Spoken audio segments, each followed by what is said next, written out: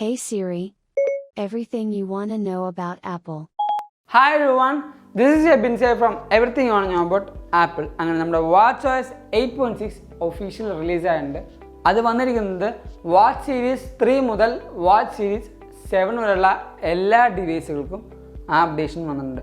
അതോടൊപ്പം തന്നെ apple iOS 15.5, iPadOS 15.5, tvOS 15.5, macOS 12.4, HomePodOS 15.5, അവസാനമായി സ്റ്റുഡിയോ ഡിസ്പ്ലേ 15.5ഉം റിലീസ് ചെയ്യുന്നുണ്ട്. നമ്മുടെ iOS 15.5ൻ്റെ ഡീറ്റെയിൽഡ് വീഡിയോ നമ്മുടെ ചാനൽ തന്നെ ഓൾറെഡി ചെയ്തിട്ടുണ്ട്.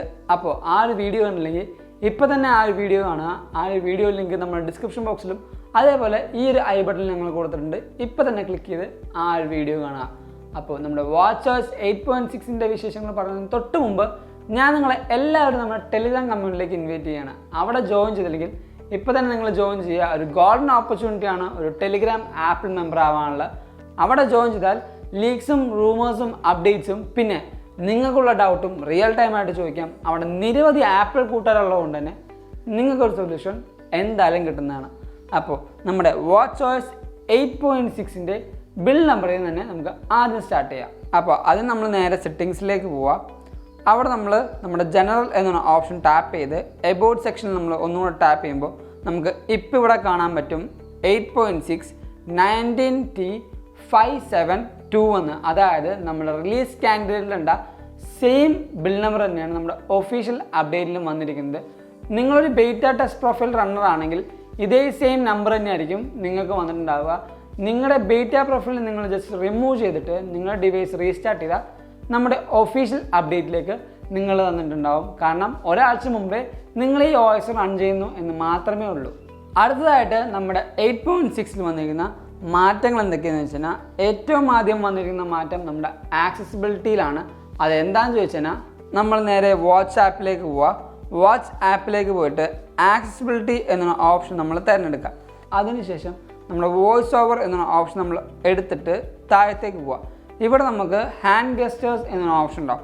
ഹാൻഡ് ഗസ്റ്റേഴ്സിൽ നമുക്ക് ഇപ്പോൾ ഒരു പുതിയ അപ്ഡേഷൻ വന്നതാണ് നമ്മുടെ മാജിക് ടാപ്പ് എന്നത്. അതായത് നമ്മുടെ ഐഫോണിലും ഐപാഡിലൊക്കെ ഉണ്ടായ പോലെ നമ്മുടെ 2 ഫിംഗേഴ്സ് കൊണ്ട് ടാപ്പ് ചെയ്യുന്ന ആ ഒരു ഓപ്ഷൻസും ഇപ്പോൾ നമ്മുടെ വാച്ചിൽ വന്നിട്ടുണ്ട്.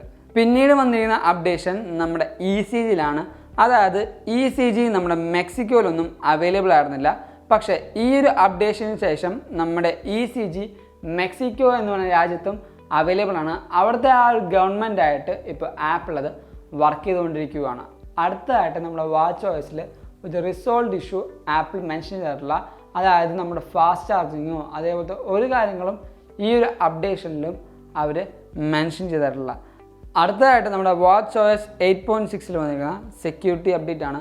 നമ്മുടെ സെക്യൂരിറ്റി അപ്ഡേറ്റിൻ്റെ ആ ഒരു ഒഫീഷ്യൽ ആപ്പിൾ ലിങ്കും ഞാൻ നമ്മുടെ വീഡിയോയുടെ തൊട്ട് താഴത്ത് ഡിസ്ക്രിപ്ഷൻ ബോക്സിൽ കൊടുത്തേക്കാം.